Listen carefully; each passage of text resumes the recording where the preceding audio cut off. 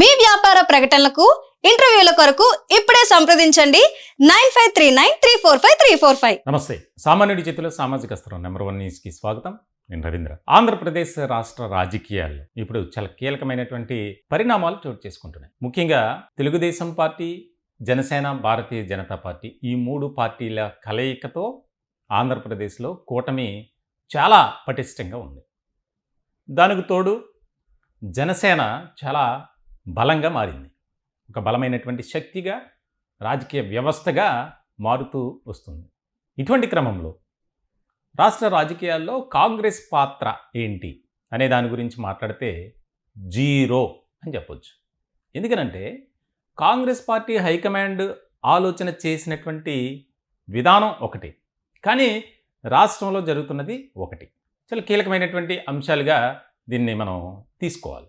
ముఖ్యంగా ఏదైతే 2024 జనవరిలో ఆంధ్రప్రదేశ్ కాంగ్రెస్ పార్టీ అధ్యక్షురాలిగా షర్మిల నియామకం జరిగింది. ఆ నియామకం జరగక ముందు చాలా నాటకీయమైనటువంటి పరిణామాలు చోటు చేసుకున్నాయి. వైఎస్ఆర్టీపీ అంటే వైఎస్ఆర్ తెలంగాణ పార్టీ కింద తెలంగాణలో షర్మిల యాక్టివిటీస్ అనేది ఉండేది. అయితే ఆ పార్టీని కాంగ్రెస్లో విలీనం చేయటం, ఆమె తెలంగాణ రాజకీయాల వైపే ఫోకస్ పెట్టారు. ఇలాంటి క్రమంలో తెలంగాణ కాంగ్రెస్లో ఒక సముచితమైనటువంటి స్థానం కల్పిస్తారు అనుకున్నారు. కానీ తెలంగాణ కాంగ్రెస్లో హేమాహేమీలు ఉన్నారు. ఈమె రాకను స్వాగతించినప్పటికీ అక్కడ రాజకీయాలు చేయటానికి అవకాశం లేకుండా చేశారు. అంటే పొమ్మన లేక పొగబెట్టారు ఒక రకంగా చెప్పాలంటే. ఇటువంటి సందర్భంలో ఆమె అధిష్టానంతో చర్చలు జరిపిన తర్వాత ఆంధ్రప్రదేశ్కి రావడం జరిగింది. అయితే ఆంధ్రప్రదేశ్ రాష్ట్ర అధ్యక్షురాలిగా బాధ్యతలు స్వీకరించిన తర్వాత చాలా కీలకమైనటువంటి పరిణామాలు చోటు చేసుకున్నాయి. పార్టీ అంతంత మాత్రంగా ఉండేది అప్పటి వరకు. ఈమె రాకతో వర్గ విభేదాలు ఎక్కువైనాయి పార్టీలు. సో ఇటువంటి సందర్భంలో ఆమె పొలిటికల్ జర్నీ అనేది కంటిన్యూ చేయాలి, ఎలా అయినా సరే రాజకీయాల్లో ఉండి నేనేంటో నిరూపించుకోవాలి అనే ఒక ఆలోచన చేశారు. దీనికి సంబంధించి ఆమె యాక్టివిటీస్ కూడా అలాగే ఉన్నాయి. ఇటువంటి సందర్భంలో త్వరలోనే భారతీయ జనతా పార్టీలోకి షర్మిల ఎంట్రీ ఉండబోతుంది అనేది రాజకీయ వర్గాల్లో ఒక చర్చ నడుస్తుంది. ఇది వాస్తవం కాదా అనేది కాసేపు అక్కడ పక్కన పెడితే కనుక కీలకమైనటువంటి చర్చగా మారింది. ఎందుకనంటే కాంగ్రెస్ పార్టీలో ఆమెకున్నటువంటి ప్రాధాన్యత ఉంది, కానీ క్యాడర్ మాత్రం ఆమెను కలుపుకోవట్లా, క్యాడర్ని ఆమె కలుపుకోవట్లా. ఇలా 2 రకాల చర్చ జరుగుతుంది. ఆమె అధ్యక్షురాలుగా ఉంటే మేము పార్టీలో యాక్టివ్గా ఉండం అని కొంతమంది సీనియర్ నాయకులు అధిష్టానానికి వాళ్ళు వెళ్ళి ఆమె వ్యవహార శైలిపై ఫిర్యాదు చేసినటువంటి సందర్భాలు చాలా ఉన్నాయి. ఇటువంటి సందర్భంలో ఫ్యామిలీ పాలిటిక్స్గా మారిపోయింది. కాంగ్రెస్ పార్టీ అంటే జాతీయ పార్టీ. ఆ జాతీయ పార్టీలో కేవలం తన సోదరుడు వైఎస్ జగన్మోహన్ రెడ్డిని టార్గెట్గా చేసుకునే ఆమె మీటింగ్లు కానీ, ప్రసంగాలు కానీ, వ్యాఖ్యలు కానీ, రకరకాల యాక్టివిటీస్ మొత్తం టార్గెట్ జగన్మోహన్ రెడ్డి అనే విధంగా ఉన్నాయి. పార్టీని బలోపేతం చేయడానికి కానీ, పార్టీలో ఉన్నటువంటి క్యాడర్ని ఒక రకమైనటువంటి స్ట్రాంగ్ పొజిషన్లోకి తీసుకెళ్లేటువంటి ప్రయత్నాలు కానీ, కార్యాచరణ ఎక్కడా ఉండట్లేదు. కూటమి ఏదైతే చేస్తున్నటువంటి పాలన ఉందో పాలనపై కూడా కనీసం ఫోకస్ పెట్టి దానికి సంబంధించి ఏ రకమైనటువంటి ఆందోళన కానీ, నిరసన కానీ, వ్యతిరేక కార్యక్రమాలు ఏదీ చేయట్లేదు. అంటే ఒక రకంగా పార్టీలో ఉన్నప్పటికీ ఆమె కూడా కాస్త అసంతృప్తిగానే ఉన్నారు అనేది అర్థమవుతుంది. ఎందుకనంటే ఆమెను మార్చాలని చెప్పి ఒక ప్రతిపాదన కూడా హైకమాండ్ నోటీస్కి వెళ్ళటం, ఇటువంటి క్రమంలో జరుగుతున్నటువంటి పరిణామాలు ఆధారంగా చేసుకొని ఆమె వేరే పార్టీలోకి వెళ్ళే అవకాశం లేదు. ఎందుకనంటే రాష్ట్ర రాజకీయాల్లో వైఎస్ఆర్సీపీ, జనసేన ఇప్పటికే కాంగ్రెస్లో ఉన్నటువంటి కొంతమంది ముఖ్యమైనటువంటి నేతలు ఆమె వ్యవహారం వైఖరి నచ్చకపోవటం వల్ల జనసేన వైపు చూస్తున్నారు.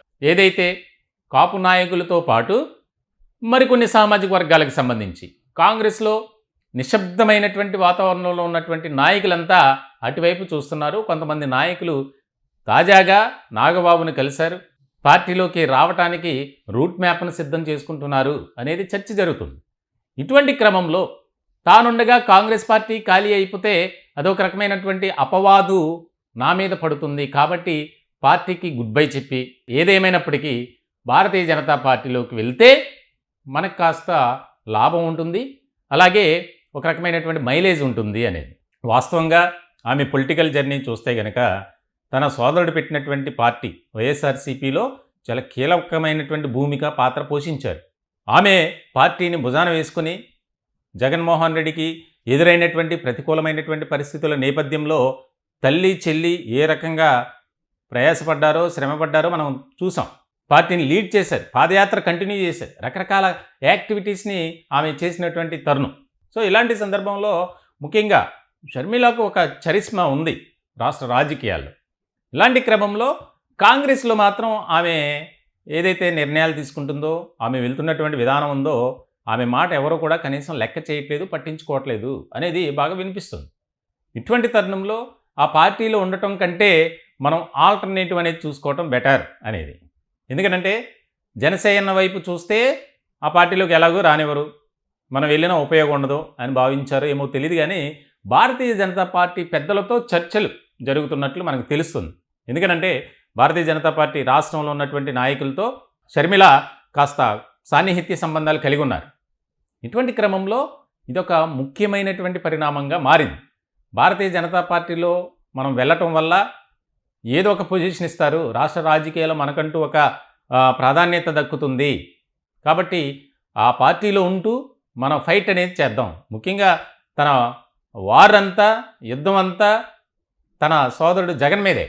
తన ఆస్తులు లాక్కున్నారని, మమ్మల్ని మోసం చేశారని తరచూ అదే మాట మాట్లాడతారు. సో ఇదే మైనస్ అయింది కాంగ్రెస్ పార్టీలో. ఎందుకంటే కాంగ్రెస్ పార్టీ ఒక జాతీయ పార్టీ, నైతిక విలువలు ఉన్నటువంటి పార్టీ. ఆ పార్టీలో ఆ రాష్ట్రానికి సంబంధించినటువంటి అధ్యక్షురాలు కానీ అధ్యక్షుడు కానీ ఏ రకంగా వెళ్ళాలి. కాబట్టి ఎంతో ఒక గురుతల బాధ్యత అప్పగించినప్పుడు కీలకమైనటువంటి విధులు చేయాలి.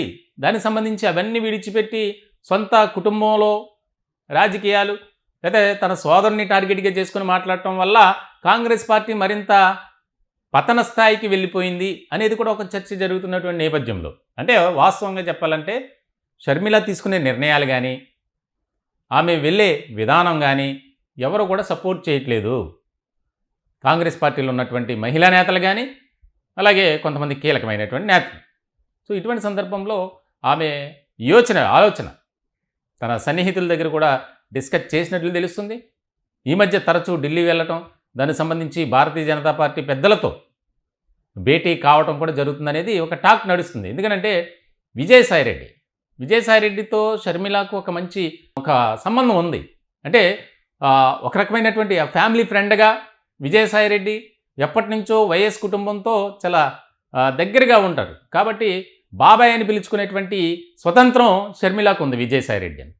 సో ఇటువంటి సందర్భంలో విజయసాయిరెడ్డి కూడా త్వరలోనే భారతీయ జనతా పార్టీలోకి వెళ్ళబోతున్నారనే చర్చ జరుగుతున్నటువంటి నేపథ్యంలో ఆయన ద్వారా షర్మిల బీజేపీలోకి ఎంట్రీ ఇవ్వటానికి మార్గం సుగమం అవుతుంది అని చెప్పి కూడా రాజకీయ వర్గాల్లో ఒక చర్చ జరుగుతుంది. మొత్తానికి చూడాలి ఇది ఎంతవరకు వాస్తవం. నిజంగా షర్మిల భారతీయ జనతా పార్టీలోకి వెళ్తే రాష్ట్ర రాజకీయాలు ఎలా మారతాయి, ఏ విధంగా ఉంటాయి అనేది. ఎందుకంటే రాష్ట్ర రాజకీయాల్లో భారతీయ జనతా పార్టీ ఒక కీలకమైనటువంటి భాగస్వామిగానే ఉంది, కూటమే. కానీ మరి ఇటు తెలుగుదేశం పార్టీ జనసేన యాక్సెప్ట్ చేస్తుందా, లేకపోతే యాక్సెప్ట్ చేయకపోతే భారతీయ జనతా పార్టీలో ఉన్నటువంటి పెద్దలు పార్టీ నాయకుల్ని అధినేతల్ని కొంత సముదాయించే అవకాశం ఉందా అనేది కూడా కీలకమైనటువంటి పరిణామం. ఎందుకంటే ఒకవేళ షర్మిల భారతీయ జనతా పార్టీలోకి రావటానికి ఇష్టపడితే, వారు కనుక అంగీకరిస్తే మరి రాష్ట్రంలో ఉన్నటువంటి రాజకీయ పరిణామాల నేపథ్యంలో ఏ రకంగా మారుతుంది అనేది కూడా ఇక్కడ కీలకమైనటువంటి పరిణామం అంశం. కాబట్టి దాన్ని చాలా సీరియస్గా తీసుకొని ఏం చేయాలి, ఎలా ముందుకు వెళ్ళాలి అంటే షర్మిల భారతీయ జనతా పార్టీలోకి రావటం వల్ల కూటమికి మేలు జరుగుతుందా, నష్టం వాటిల్లుతుందా అనేది ఇక్కడ ముఖ్యమైనటువంటి పాయింట్. కాబట్టి ఏం జరుగుతుంది ఏంటి, ఎందుకంటే ఇంకా ఎలక్షన్స్కి చాలా సమయం ఉంది. ఇలాంటి క్రమంలో మరి ఎవరికి వారే తెలుగుదేశం పార్టీ ఆ పార్టీ బలోపేతానికి కృషి చేస్తుంది. దానికి సంబంధించి యాక్షన్ ప్లాన్ రూపొందించుకుని ముందుకు వెళ్తుంది. ఇక జనసేన గురించి చెప్పక్కర్లా. సెప్టెంబర్లో జనసేనని పవన్ కళ్యాణ్ రాష్ట్ర వ్యాప్తంగా 175 నియోజకవర్గాల్లో ఆయన పర్యటించే అవకాశాలు ఉన్నట్లు తెలుస్తుంది. సో ఇటువంటి సందర్భంలో బీజేపీ కూడా తన యాక్షన్ ప్లాన్ సిద్ధం చేసుకుంటుంది. అలా కూటమిలో ఉన్నప్పటికీ ఇదే సమయం ఏ పార్టీకి ఆ పార్టీ స్ట్రాంగ్ పొజిషన్లో ఉండాలని ఆలోచన చేయటం అది రాజకీయాల్లో కరెక్ట్. కాబట్టి మరి షర్మిల ఆలోచనను, షర్మిల భారతీయ జనతా పార్టీలోకి వస్తే ఏ రకమైనటువంటి పరిణామాలు ఉంటాయి అనేది కూడా ఇక్కడ ముఖ్యమైనటువంటి అంశం. ఈ టాపిక్పై మీ విలువైన అభిప్రాయాలు కామెంట్ రూపంలో తెలియజేయండి. దయచేసి మా ఛానల్ని సబ్స్క్రైబ్ చేసుకోండి. Thank you.